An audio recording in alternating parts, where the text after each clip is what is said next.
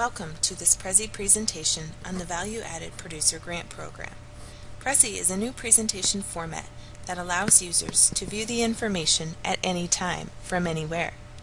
Prezi allows you to follow the entire presentation in a linear fashion by clicking on the arrows at the bottom of the page to go through the entire presentation. Or you can zoom to a specific section of interest by simply clicking on that folder from the main screen. This presentation covers the Value Added Producer Grant Program, a competitive grant program administered by USDA Rural Development. First, we're going to take a look at an overview of the program itself. The program awards grants to producers involved in the production and marketing of value-added agricultural products and services. Grants are awarded annually for working capital or planning activities, including business plans, feasibility studies, or marketing analysis. The following slides will discuss eligibility for the program. You must meet eligibility requirements in 3 aspects: ownership, product, and use of funds. You must meet the requirements of one of the following applicant types: independent producer, agricultural producer group, farmer or rancher cooperative, or majority-controlled producer-based business venture. All producers or group members must be citizens of the United States of America, Puerto Rico, the U.S. Virgin Islands, Guam, American Samoa, the Northern Mariana Islands, the Republic of Palau, the Federated States of Micronesia, or the Republic of the Marshall Islands. Your proposed value-added product must also fall within one of the 5 product requirements. 1. Has undergone a change in physical state, such as wheat milled into flour. 2. Was produced in a manner that enhances the value, such as organic corn. 3. Is physically segregated to enhance the value, such as source-verified natural beef. 4. Is a source of on-farm renewable energy, such as anaerobic digesters. 5. Is a locally produced food product. What types of grant funds are available? There are 2 types of grant applications in this program: planning grants and working capital grants. Planning grants may be used for consultants to conduct and develop a feasibility study, business plan, and/or marketing plan associated with the processing and/or marketing of their value-added product. Planning grants cannot compensate applicants or family members for their participation in feasibility studies. Working capital grants may be used for operational costs directly related to the processing and/or marketing of the value-added product. Equipment, facilities, and vehicles are not eligible expenses. With a few exceptions, all working capital grants require a feasibility study and business plan to be submitted with the application. Applicants requesting less than $50,000 do not need to submit a feasibility study or a business plan, but must demonstrate expected increases in customer base and revenue returns. Applicants requesting over $50,000 may also submit a business or marketing plan for the value-added product in lieu of an independent feasibility study for a market expansion project they have been producing and marketing for at least 2 years.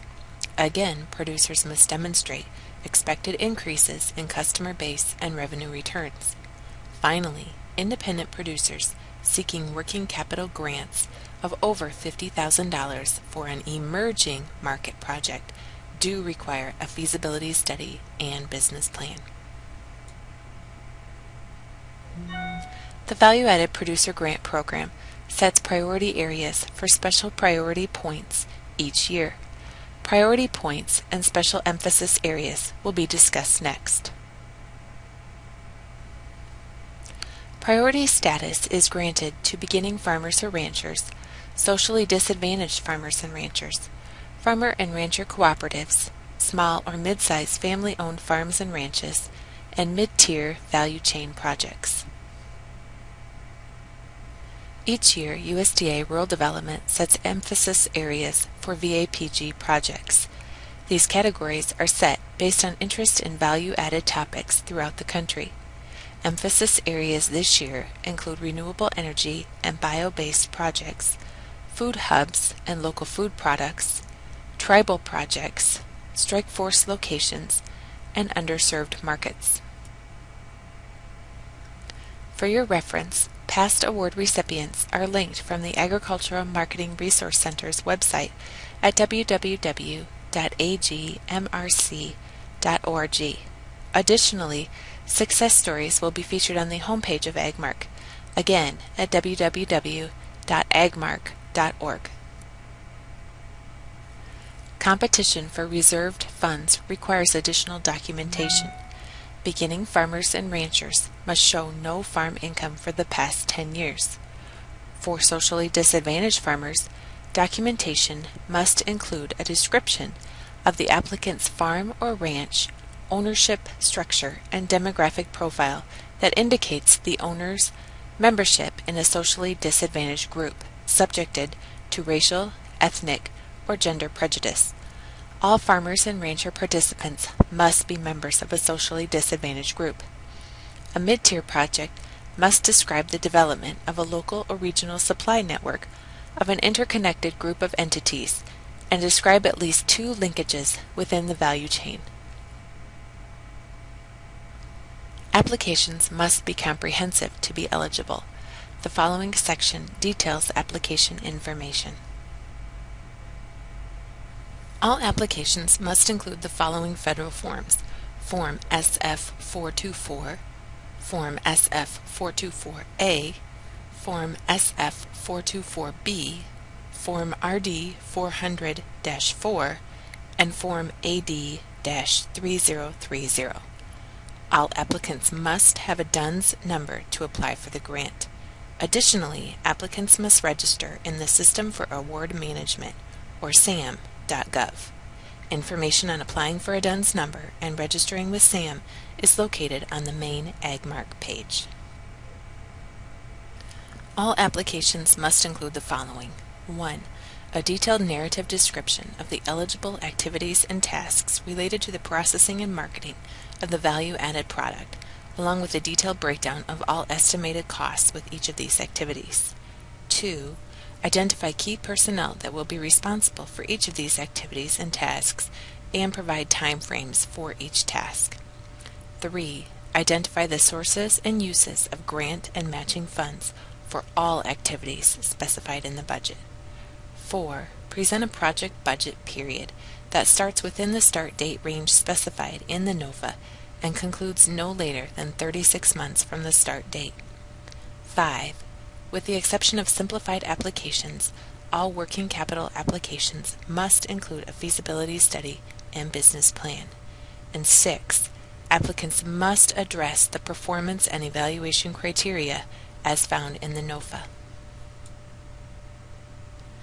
This Prezi presentation, as well as pages within the Agricultural Marketing Resource Center's website and USDA Rural Development's website, contains grant application templates for both the planning and working capital grants.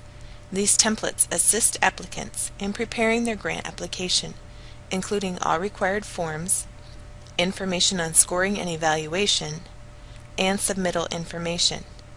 Use of the templates is strongly encouraged.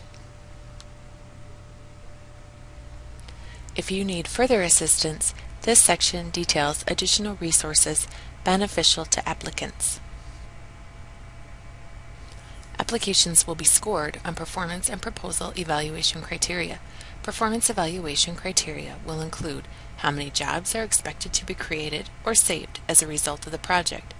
For working capital applications, data on expansion of customer base and increase in revenue returns will be evaluated as well. Proposal evaluation criteria must be addressed in the application. Points will be awarded for 5 different criteria. 1. The nature of the proposed project. Is this a feasible idea?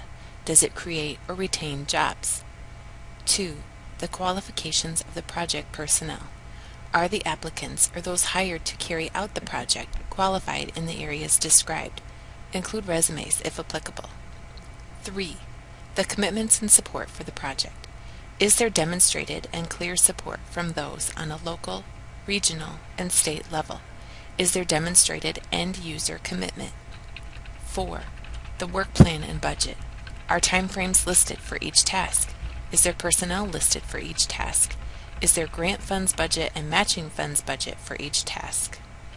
And 5. Priority points. Priority points were previously described in this presentation and are awarded to those meeting those eligibility requirements. Links to official program documentation will be included on the AgMark homepage throughout the duration of the grant application period. Application templates, regulations, DUNS number applications, and more are all included in those links. Official links to the Notice of Funds Solicitation, the Value-Added Producer Grant Program, the VAPG Program Regulations from USDA Rural Development, and state USDA Rural Development offices are also included. If you have questions on the Prezi presentation, please contact AgMark via the Contact Us page. If you have questions on the VAPG program, contact your state USDA Rural Development office. Thank you.